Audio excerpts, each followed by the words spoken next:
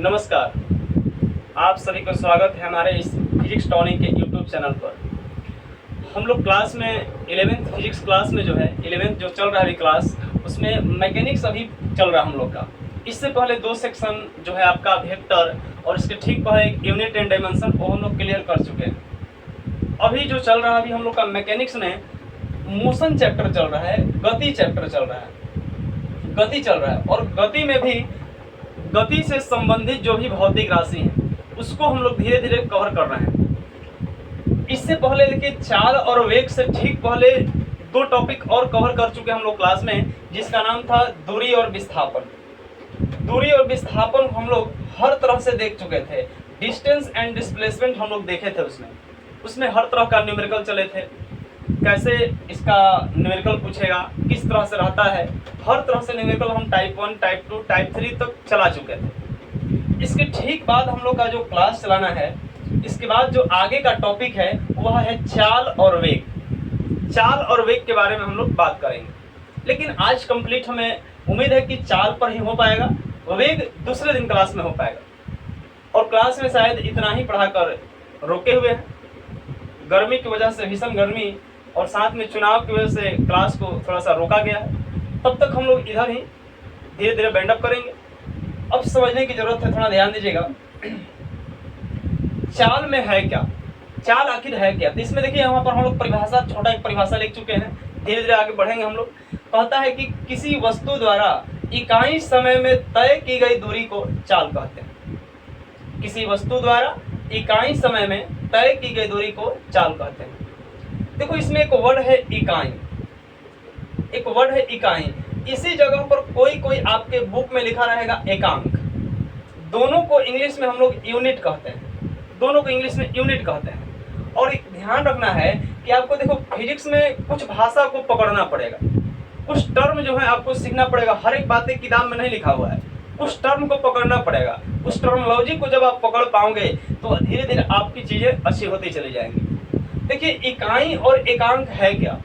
अगर किसी भी आपको भौतिक में फिजिक्स में कहीं भी अगर किसी भी भौतिक राशि के साथ, किसी भी फिजिकल क्वांटिटीज के साथ इकाई शब्द या एकांक शब्द लगा हुआ दिखे, तो इतना मान के चलना कि वह हमेशा बटा के नीचे जाएगा।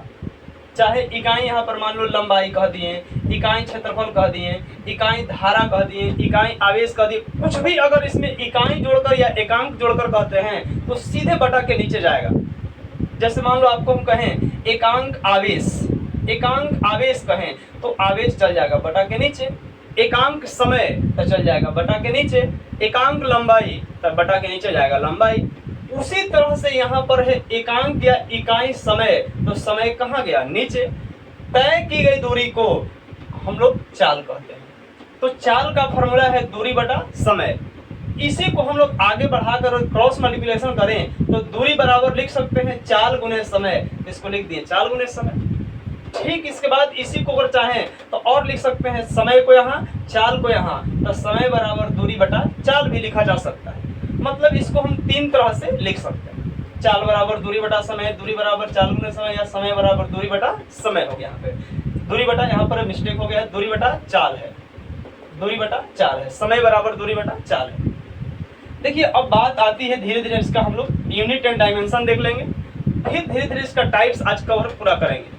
देखिए इस एसआई यूनिट की बात करें तो चाल का जो यूनिट निकालेंगे दूरी बटा समय है, तो दूरी को हम लोग मीटर में, समय को सेकंड में, इसका एसआई मात्रा निकल गया मीटर प्रति सेकंड। डायमेंशन की बात करें तो दूरी बटा समय, दूरी के लिए हम लोग डायमेंशन के रूप में एल का यूज करते हैं, समय के लिए बड़ी टी का यूज करते हैं, कैपिटल डी लगाते हैं। और टी के पावर में 1 है, ऊपर जाएगा तो -1 होगा, मतलब एल टी इनवर्स हो जाएगा ये, या एल टी पावर में -1। आप इसको बड़ी कोष्ठ में लिखेंगे क्योंकि डायमेंशन को बड़ी कोष्ठ में लिखते हैं।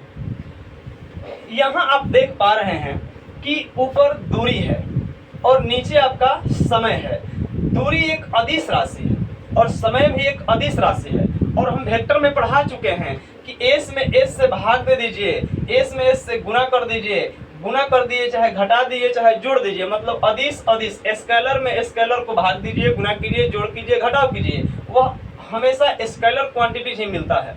यानी कि अदिश में अदिश को यहाँ पर भाग है, तो यानी कि यह एक स्केलर क्वांटिटी होगा, अदिश राशि होगा। तो चाल एक प्रकार का अदिश राशि। तो यहाँ चाल हम लोग का कैसा राशि है, अदिश राशि है। बाकी हम इसका एक जगह बांध चुके हैं। आप जब वेक्टर मेरे पास पढ़े होंगे तो एक जगह हम सभी वेक्टर को बाइंड अप कर चुके हैं कि आखिर कौन कौन वेक्टर है, बाकी आपका जो उसके अलावा जो है सब स्केलर है। देखिए अब इसके बाद हम लोग बात करेंगे types of vector, types of speed, यानी कि चाल कितने प्रकार के होते हैं। पहला इसमें है आपका औसत चाल, फिर आपका तात्क्षणिक चाल, फिर आपका एक समान चाल और लास्ट में है आपका असमान चाल। देखिए यहाँ पर है क्या, समझने की जरूरत है, कुछ बातें हैं इसमें। औसत चाल, तात्क्षणिक चाल, एक समान चाल, असमान चाल। आखिर औसत चाल है क्या? देखिए औसत चाल का जो फॉर्मूला होता है, कुल दूरी बटा में कुल समय होता है। कुल दूरी बटा में कुल समय होता है, इसी को हम लोग औसत चाल कहते हैं। औसत चाल कहते हैं यानी कि कुल दूरी कितना है और उस दूरी को समय कितना लगा है, और दोनों के अनुपात को ही औसत चाल कहते हैं। जैसे देखिए है क्या, थोड़ा बस 5 मिनट सुन लीजिए। जैसे देखिए इसको इंग्लिश में हम लोग एवरेज स्पीड कहते हैं, इंग्लिश में एवरेज स्पीड, यानी कि यह औसत चाल है। जैसे एग्जांपल के तौर पे माने कि मान लीजिए कि यहाँ से आपका यहीं से यह पटना, जो मान लो यहाँ पटना है, यहाँ एक पॉइंट ए है, यहाँ पटना है, यहाँ से मान लीजिए कि 50 किलोमीटर की दूरी है और बाइक से यहाँ से चलना शुरू हुए तो हमें 5 घंटा लगा। मान लीजिए हम पर 2 घंटा लगा, 2 घंटा लगा, तो हम देख पा रहे हैं कि कुल दूरी आपका 50 है और कुल समय 2 घंटा लगा, तो काटेंगे इसको तो 25 किलोमीटर प्रति घंटा आएगा। यहाँ देख रहे हैं कि 25 किलोमीटर प्रति घंटा आ रहा है, तो क्या 25 किलोमीटर घंटा, क्या हमेशा जो बाइक से हम जा रहे थे, क्या हमेशा उसमें जो कांटा था, स्पीडोमीटर में जो कांटा दिखा रहा था, क्या हमेशा 25 किलोमीटर पे होगा? तो नहीं, अप डाउन हो सकता है, कभी 30 पे, कभी 25 पे, कभी 60 पे, कभी 65 पे। वो कैसा रास्ता में है उसके अनुसार निर्भर करता है। मान लीजिए पूरा रास्ता खुला होगा तो 60, 70, 80 तक पहुंचे होंगे, 90 तक भी पहुंचे होंगे, लेकिन अभी रास्ते में ब्रेकर आया होगा, भीड़ आया होगा, ट्रैफिक आया होगा तो 0 तक पहुंचे होंगे, 30 तक पहुंचे होंगे, 10 तक पहुंचे होंगे। तो यह जो एग्जैक्ट वैल्यू नहीं होता है, यह एक एवरेज स्पीड है।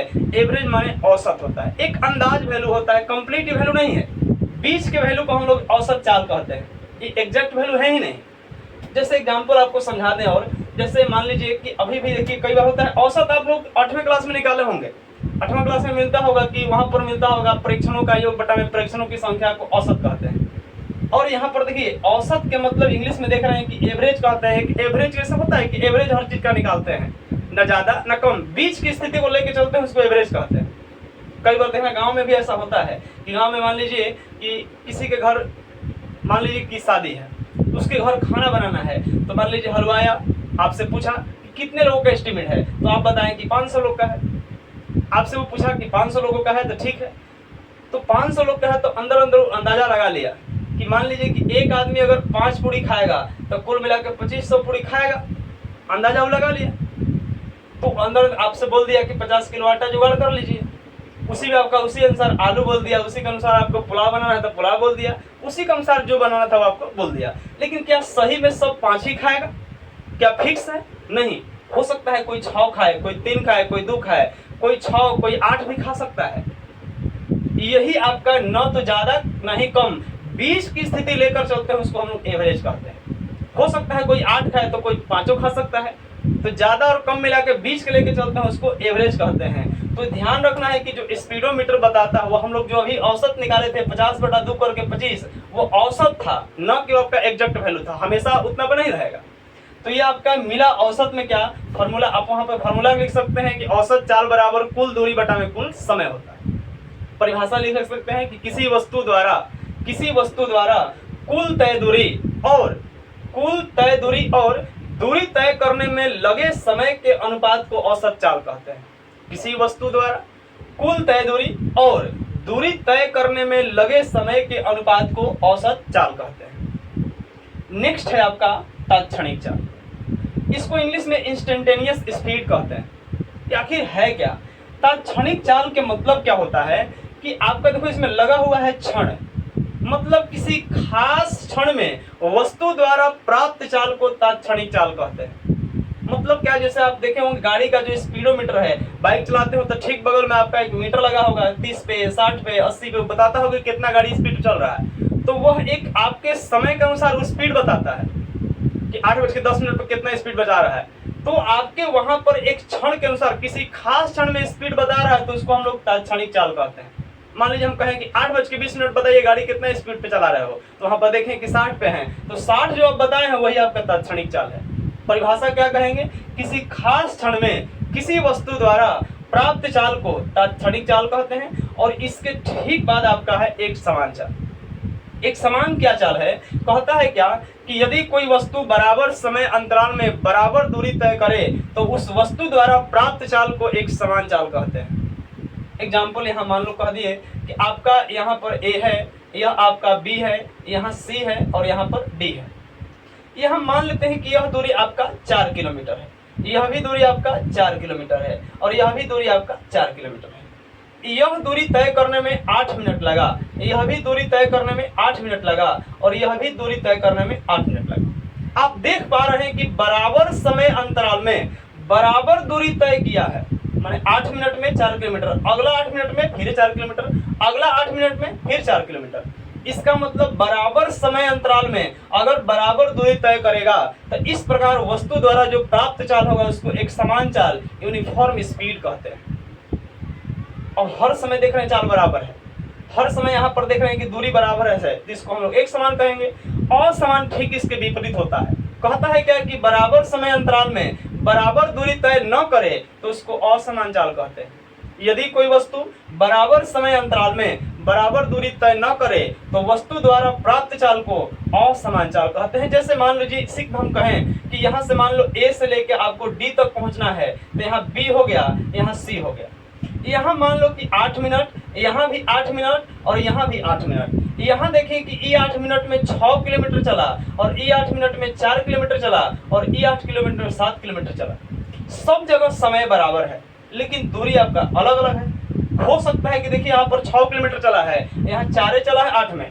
हो सकता है कि यहाँ पर कुछ जाम होगा, यहाँ पर देख लिए कुछ ज्यादा चला है, यहाँ एक्सीलरेटर झाड़ दिया होगा, ज्यादा तेज चला होगा।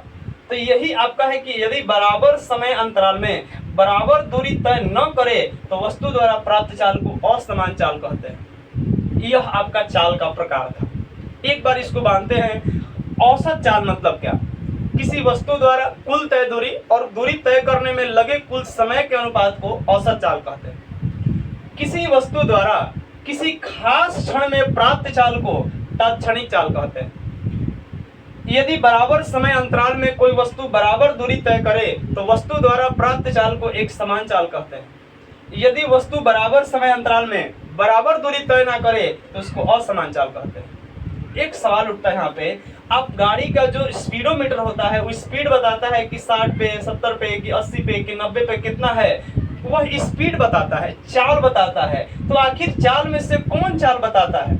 क्या लग रहा है आपको, औसत चाल, तात्क्षणिक चाल, एक समान चाल कि असमान चाल? आप सोच पा रहे होंगे, क्या लगता है आपको कि औसत चाल, कि वह चाल ही माप रहा है, स्पीड ही बता रहा है कि 60 से है, कि 70 से है, कि 80 से है? ये चारों में से कौन बता रहा है?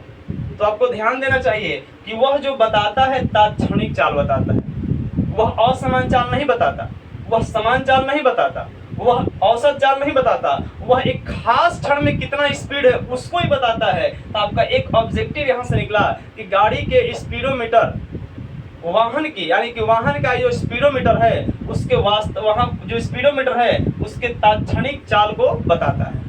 क्वेश्चन देगा कि स्पीडोमीटर से ज्ञात किया जाता है औसत चाल, तात्क्षणिक चाल, एक समान चाल, असमान चाल। तो आंसर क्या होगा आपका, तात्क्षणिक चाल। ये आपका यहाँ से चाल का ये प्रकार था। नेक्स्ट वीडियो में हम लोग देखेंगे कि वेग क्या है और इससे जो भी इसका प्रकार होगा उसको हम लोग कवर करेंगे, फिर दोनों मिला के हम लोग ऑब्जेक्टिव चलेंगे। बाकी धन्यवाद, मिलते हैं नेक्स्ट वीडियो में। Best of luck.